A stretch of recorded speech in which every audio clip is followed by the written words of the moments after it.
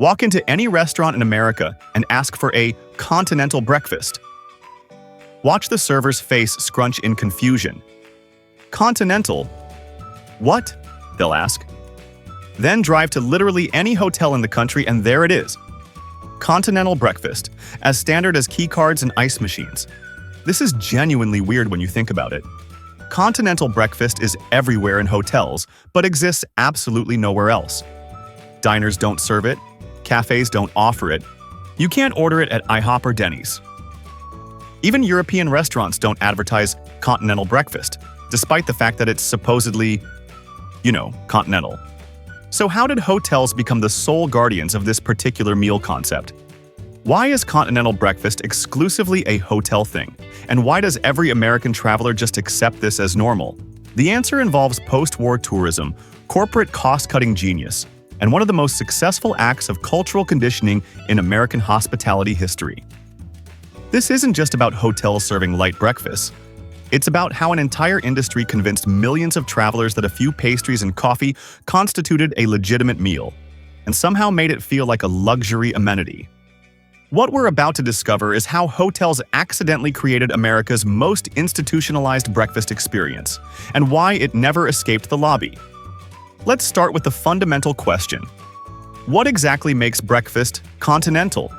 And why did Americans need a special name for bread and coffee?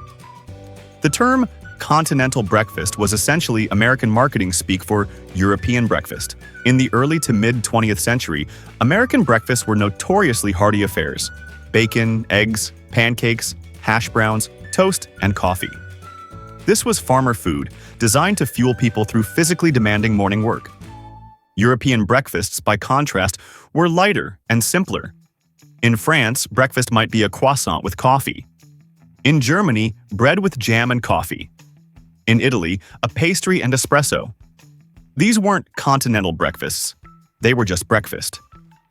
The Continental label was an American invention to distinguish this lighter European style from the heavy American version. But here's the key insight. Americans traveling to Europe in the 1950s and 60s often found European breakfasts insufficient and strange. They expected bacon and eggs and got bread and jam. Travel guides began warning American tourists about continental-style breakfast to manage expectations. American hotels picked up on this terminology and realized they could use it to their advantage. By calling their light breakfast offerings continental, they made them sound sophisticated and international rather than skimpy and cheap. It was marketing genius disguised as cultural education. The geography of morning meals became crucial to understanding why hotels embraced this concept. American breakfast traditions developed in a largely agricultural society where people needed substantial fuel for physical labor. European breakfast traditions developed in older, more urbanized societies where lighter morning meals followed by larger midday meals made more sense. Hotels catering to travelers found themselves caught between these traditions. American guests expected substantial breakfast, but providing full American breakfast to hundreds of guests required enormous kitchen operations, extensive staff, and significant food costs. The solution came from an unlikely source: the post-World War II tourism boom and a Memphis businessman who revolutionized the American hotel industry. In 1952, Kemmons Wilson was driving from Memphis to Washington, D.C.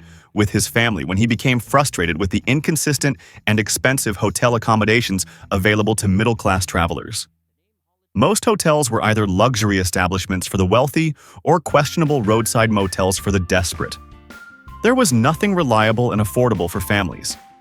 Wilson returned to Memphis with an idea: standardized middle-class hotels with consistent amenities at predictable prices. He opened the first Holiday Inn in 1952, and his revolutionary concept included something that would change American travel forever: complimentary breakfast. But Wilson faced an immediate problem. How do you feed hundreds of guests every morning without massive kitchen operations and armies of cooks? Traditional American breakfast required skilled short-order cooks, extensive equipment, and fresh ingredients that spoiled quickly. For a business model based on standardization and cost control, this was a nightmare. Wilson's solution was brilliant in its simplicity: offer continental breakfast instead of American breakfast. Pastries could be delivered daily from local bakeries. Coffee could be brewed in large batches. Juice could be served from dispensers. Guests could serve themselves, eliminating the need for waitstaff. Most importantly, Wilson positioned this as an amenity rather than a cost-cutting measure. Holiday Inn marketed complimentary continental breakfast as sophisticated, European-inspired hospitality. Guests weren't getting a cheaper breakfast, they were getting international culture and convenience. The economics were extraordinary. A traditional American breakfast might cost a hotel $8 to $12 per guest in food and labor. In today's dollars, a continental breakfast cost $2 to $3 per guest and required minimal staff. For a 100-room hotel with 70% occupancy, this represented savings of hundreds of thousands of dollars annually. But the real genius was psychological. By calling it continental and positioning it as complimentary, Wilson made guests feel like they were receiving value rather than accepting limitations. The European Association made it feel cosmopolitan rather than cheap. Holiday Inn's success sparked a revolution in the American hotel industry. By the 1960s, every major hotel chain was offering some version of continental breakfast. But each chain had to solve the same fundamental challenges: standardization, cost control, and guest satisfaction. The standardization process was fascinating to watch. Continental breakfast evolved into a remarkably consistent format across different hotel brands and regions. The basic template included coffee, juice, pastries, usually Danish or muffins, toast, butter, jam, and perhaps cereal. Some hotels added fruit or yogurt, but the core remained consistent. This standardization served multiple purposes.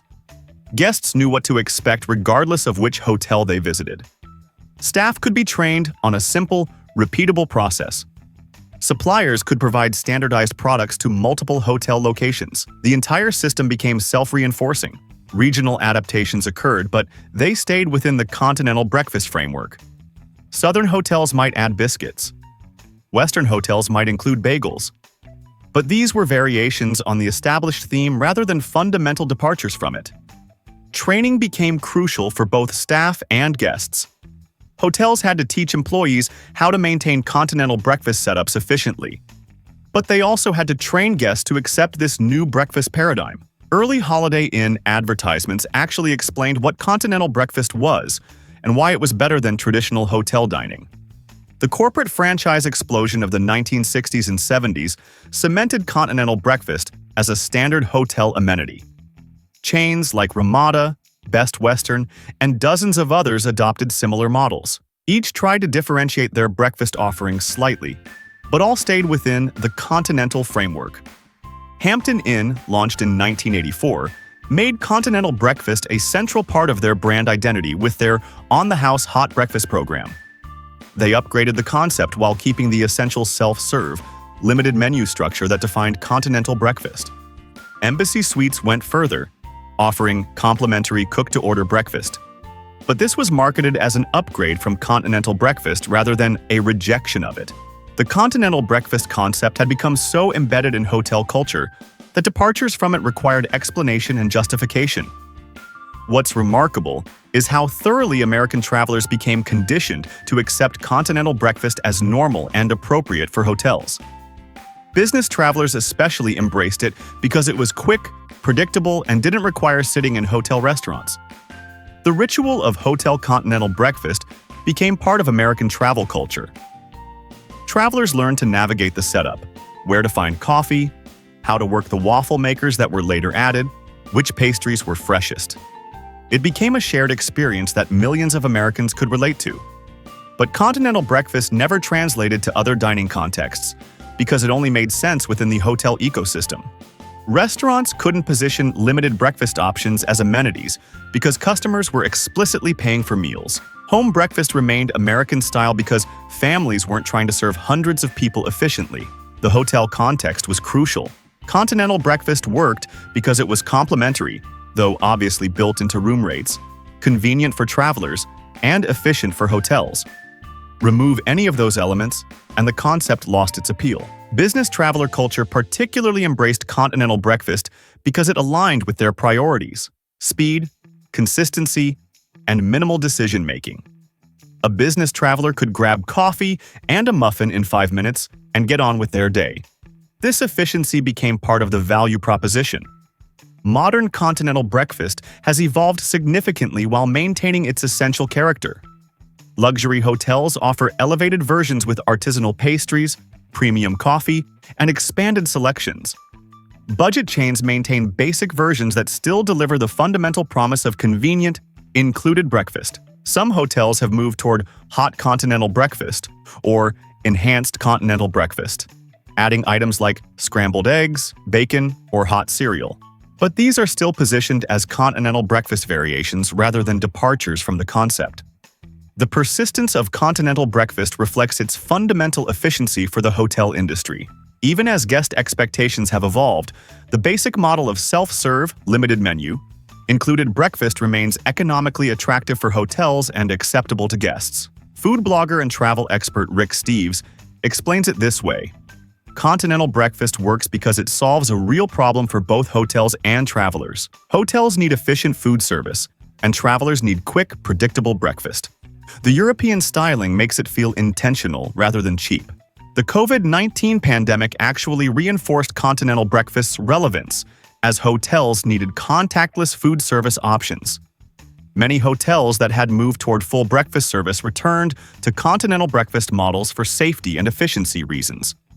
Today, when Americans encounter continental breakfast in hotels, they don't question why it exists only in this context. It feels natural and appropriate because we've been culturally conditioned to associate this type of breakfast with travel and hotels specifically. Ask any frequent traveler about continental breakfast, and they'll have opinions about which hotels do it best, which pastries to avoid, and optimal coffee timing. They've internalized the ritual without questioning why this particular meal format exists nowhere else in American food culture. Continental breakfast represents one of the most successful examples of industry-wide standardization in American hospitality.